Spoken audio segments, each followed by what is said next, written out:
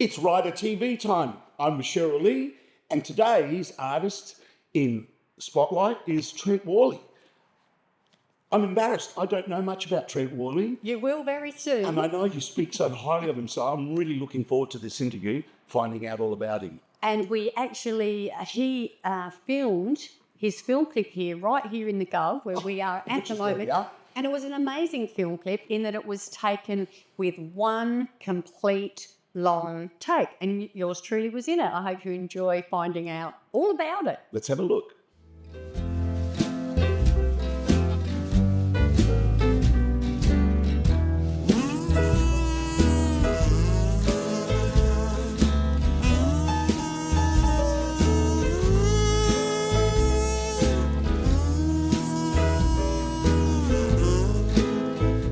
Welcome to RiderTV. You're with Cheryl Lee, and I'd like to welcome you to his own studio today, Trent Worley. Thank you for having us here today, Trent. Thanks for wanting to have a chat, yeah. So this is where you spend your days, being all arty, and then at night time you turn into a great guitarist and singer and songwriter.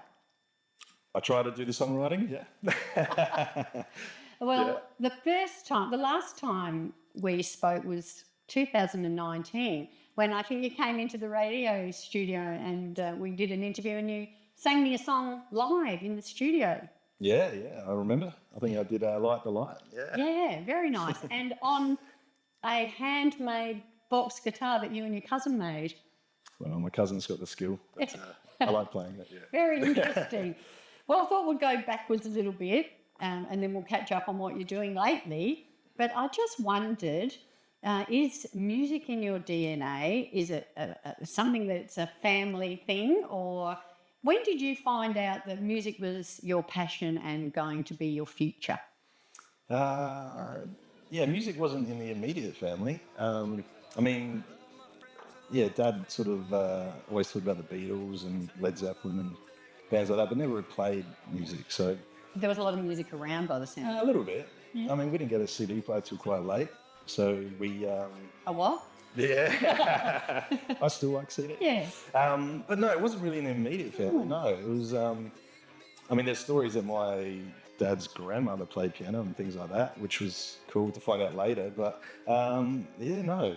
I sort of didn't have anyone too close to... my cousins played a bit of music later on, and I think they were the first people I was exposed to. A couple of mates from school...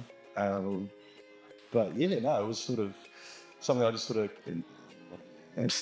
of discovered on my own terms, I think. Yeah. And I'm still learning. It's just been a very slow progression, but it wasn't like we all sat around and played instruments at all like that. I just sort of dabbled on a guitar that my mum had that had 2 strings on it until I just kept hounding her to, can I get 6 strings? Please. And eventually kind of kept going, but yeah, it's funny though. I don't know. So you went from playing footy to playing guitar. Who did you play footy with? I was a pretty dedicated footy player. So, school footy, obviously, club footy at Woody South Cats. Oh, good on you. And then, Eagles with the development squads and all that. I got to the estate level just when I sort of stopped playing. Had a few injuries. Did a patella, my knee popped out, and then... got hit in the eye, detached my retina, and I think that's when I picked up the guitar. It sounds like it might be a little bit of a safer pastime for you. Well, I had to sit in a room for 2 weeks in pitch darkness, and the guitar was looking pretty good. Yeah. I couldn't see it. Well, it might have done you a favour getting injured. Because then you discovered your passion for music. Yeah, totally. So I play your songs on the radio all the time, and one of my favourites, it's an oldie, but a goodie, is your Tram song. Because have you ever counted how many South Australian icons you mention in the one song? Do you know? I haven't counted, no. A lot. I love that you play that. Amazing, yeah. Yeah. And unfortunately, we haven't got a clip of it, so you have to go onto your website. Yeah, it's on my website. Yeah, and have a look. It is really an amazing song, and if you are in South Australia, it'll mean even more to you, because anything that has anything to do with South Australia Trent's mentioned in You know, that the only song. shame about that song is that the West End Brewery's gone. Oh, yeah. But Yeah. everything else, I think, stands up. Yeah. Yeah. Oh, that's nice. It's amazing you play that. Yeah. Yeah. So fast forward all these years, and the last time I saw you was when I was in your film clip that you Oh my did. God. Yeah. Not too long ago, filmed at the Gov for one of your latest songs. It Makes You Feel All Right. Now, there was something a little bit special about that film clip, wasn't it? Yeah, well, I guess the Genesis, it was a one-take film clip. So, that was fun. That was great. It was an idea I had for years, to be honest, and just the way that the Gov is situated, and I've had a few pints there to think about it. And I was having a beer with a friend who sort of dabbled in a bit of film, and I just sort of said, what do you reckon? Like, is this possible? And we started developing the idea, and I kind of can't believe it happened, because it kind of turned out how we wanted it to, but it was a lot of prep involved. Yes. Which It was pretty incredible. So what is it? 3.5 minute song, and the film clip is taken in one long take. Yeah. No cut, no, Yeah. take two. No, Amazing. no. So we rehearsed quite a bit. A little bit, yeah. Rehearsed quite a bit. And then bang. Some more than others. Yeah. but- Now, a little bird told me that you're right in the middle of a writing waves at the moment. So tell us a little bit about your process. Like, do you do like what Mark Gable does and wrap himself in a doona and not come out till he's finished writing a song? Or I would love to do that. But yeah, living in society is a bit hard. No, I mean, if it was up to me, I would write every day. But it sort of comes in waves, and every now and then it's just kind of nuts, and you kind of can't ignore it. So for the last month, 3 to 4 weeks, I don't know why, but it's just hit So me. you, So like, I've just just get been hit with a wave of creativity, just like all comes at you at once, and you've got to get it down. Yeah, I think if I was writing every day, it wouldn't happen like that. But because I stopped, I'm busy working and life and all that sort of thing. So you push it away, and then it's just inevitable, and you're like, I got to get this out. Yeah. And when the tap is on, you sort of have to capture it, because it's not, you can't be in that I can't be in that headspace all the time, So the song just wants to come out, and you have to listen. They kind of brew, yeah, it's amazing. But a couple of weeks, 2 or 3 weeks ago, my partner was kind of going, oh my God, like it was almost a song a day. One day there was a couple, and like that's a lot of mental. So you have to write it down, and I'll just demo in front of the phone now. But I do write a lot. I think writing it helps sort of put into a structure, But you don't know when the wave will hit again, so you kind of have to. You've got to make the most of it. Yeah.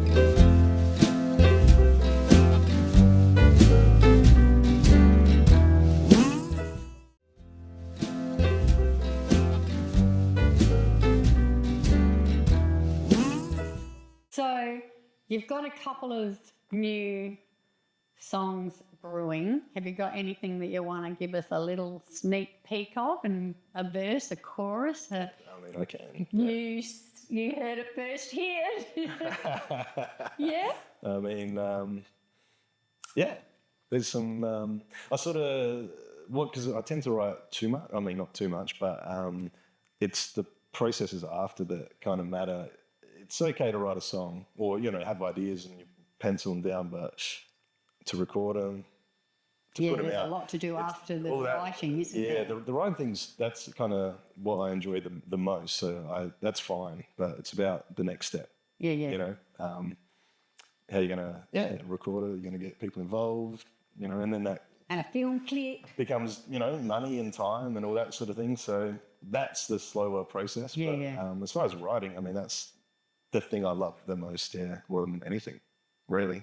I just wanted to ask you a couple of things.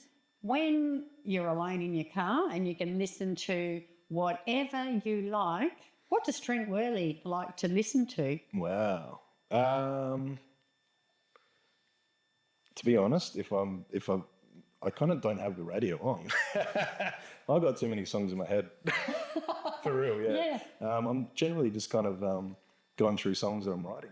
So whatever's in the forefront. But for enjoyment, I listen to all sorts. It depends on the day. I listen to music to like either pump me up or it's just I don't know. It's a good question. I mean, what do I like? Maybe a better question might be what inspired you? Like what, whose music perhaps inspires you or has been instrumental in the way that you write music? Firstly, the Beatles, I think, was the door opening for so many, it's not uncommon for me. Anyone in the Travelling Wilburys, so, obviously the Beatles are in that, but Bob Dylan, Roy Orbison, Tom Petty, I mean, like, that's the golden era for me. As far as like songwriting, and I try to write songs within that structure. I still like the 3-minute song, It's good for radio. Yeah. It's just a nice structure to work towards, I think. Yeah. But there's no rules. I'm still very open. It's not. I don't sort of stick to anything really, but that's what I enjoy. So 50s, 60s into the 70s. Don't really dig much in the 80s, unfortunately. And then back in the 90s, I loved like late 90s and early 2000s. So I guess I'm not as open as I thought. Okay. But no, I love blues, rock and roll, ballads. So not wanting to pigeonhole you in any way, what would you class your genre of music? I'd say supermarket music. It's a bit folky, isn't it? Or? Yeah, I guess folk rock. Yeah, folk rock folk. I like with a bit of punk attitude. Yeah. You wouldn't maybe hear it as cleanly, but definitely a bit of the edge.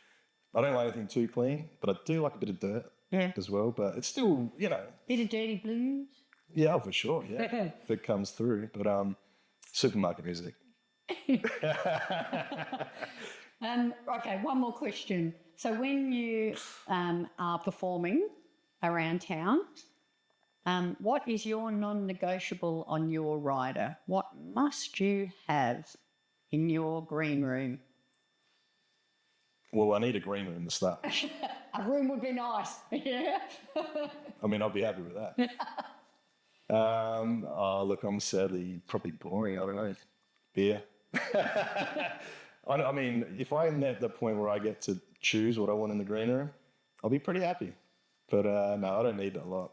It's all about the ride, isn't it? Like, the reason I love performing is it's all the before, the during, the after. I mean, it's like any performance.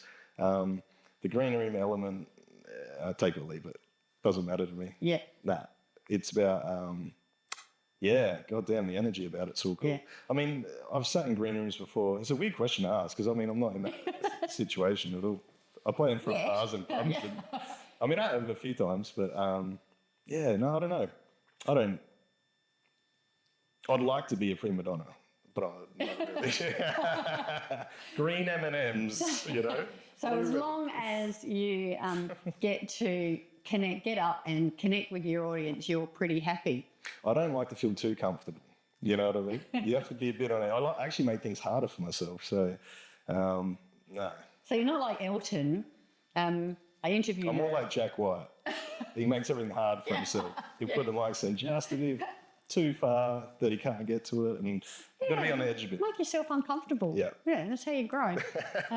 Step out of your comfort zone. I interviewed one of the people on Elton's world tour, and he had to have this certain amount of a certain type of white rose in a certain vase in every dressing room he had. So, it's not like you've got to have pink roses or anything like that. Well, the thing is, I've been on the other side of that question, and I've helped out preparing green rooms for a lot of artists, and I've gone shopping for things that we don't even stock in Australia. Can you tell? You know what I mean? Without getting shocked? No, I mean, it's just, you got to feel comfortable, I think, I'm not a touring artist, so I think if you were on the road, those things do matter. Become more important. Well, yeah, you need some consistency, so I get it. But yeah. Not only every arm water. But you wait till when I start to. Yeah, look out. You'll be so demanding. Will be long.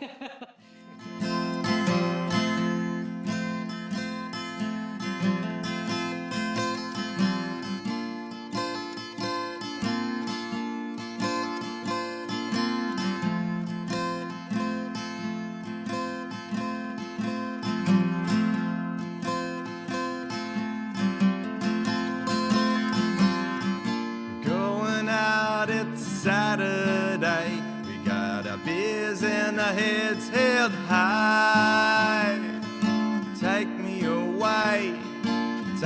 away, but I won't let it. I won't let it take me away.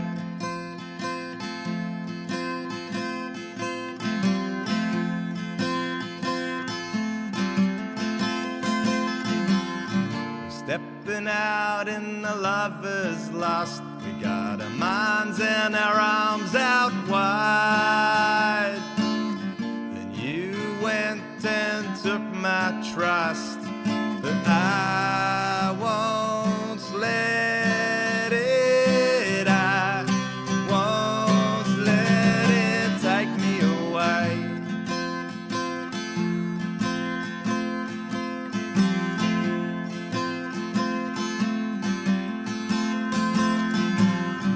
Yeah, I gotta believe.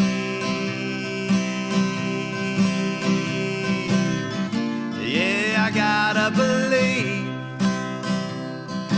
Yeah, I gotta believe that I won't let it. I won't let it take me away. Yeah.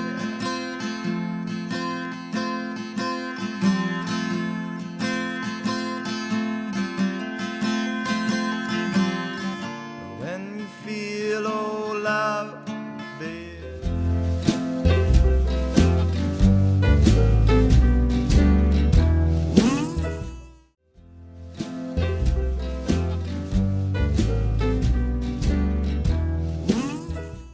So that just brings us to that last point, actually. You've been driving for a long time, is that right? And driven a few people around town? As a artist driver or artist liaison is the technical term. I've done a lot of that. Yeah, for about I think it was about 8 years before. Well, it's probably closer to 10 years now. Yeah, I just finished with Illuminate Adelaide. That was really cool. Bunch of artists came from all around the world, and it's just it's amazing to meet. I guess anyone who's traveling around the world, it's their perspective on life. But yeah, it's great to pick them up in Adelaide and sort of say, hey, we can relax a little bit and have a good time. Because I think when people come to Adelaide, they may have been told that it's maybe not the priority on the tour. Yeah.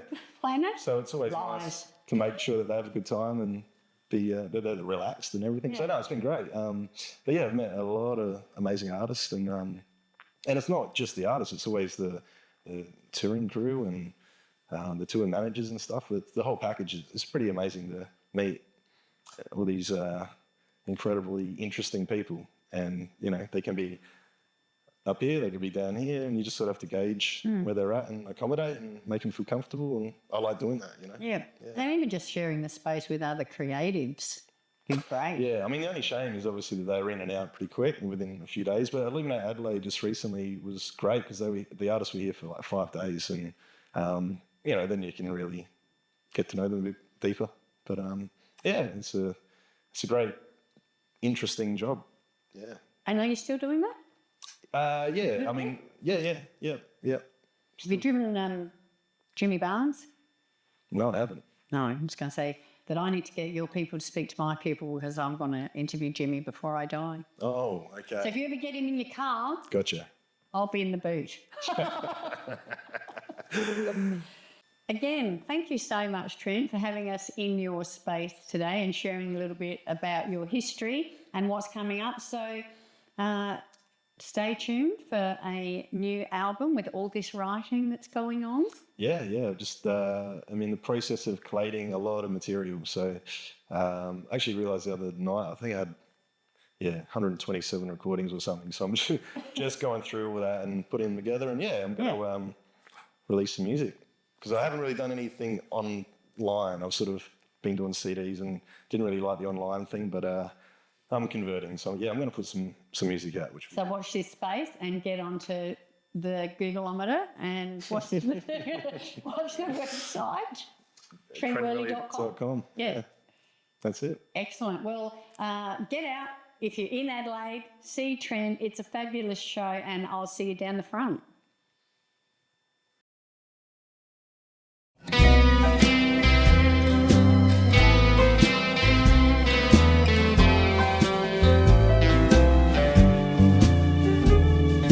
I will love you, babe, if it makes you feel alright. I will love you, babe, every day and every night. Don't get me wrong, babe, I'll be up all through the night.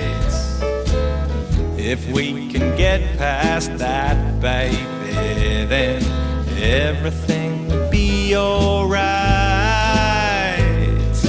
I will love you, babe, if it makes you feel alright. I will love you, baby, if you let me love you through the dark and light. I will love you, babe.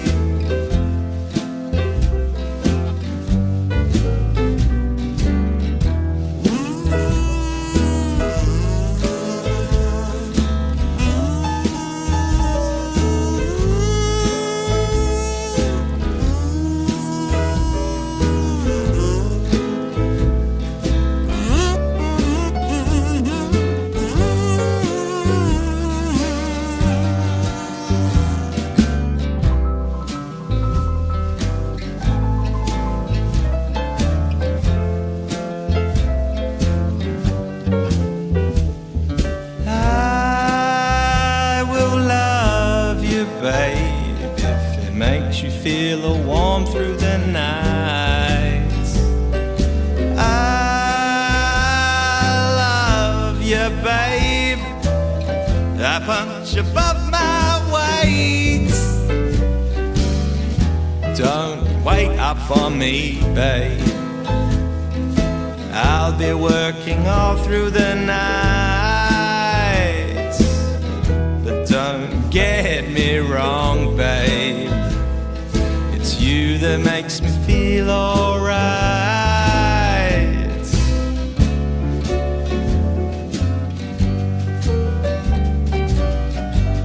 It gets me through the night.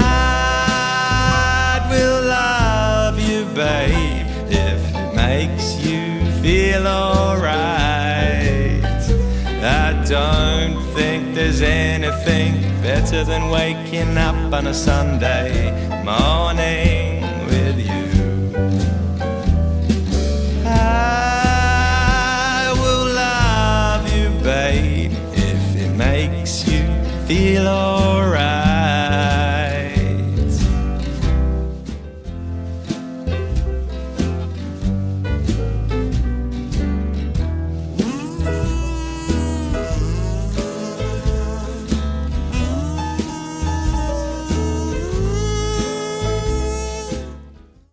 Well, after that, I'm getting every Trent Worley CD there is to be had. What a great episode. Thanks, Cheryl. I play him on the radio all the time. He's so good. Awesome.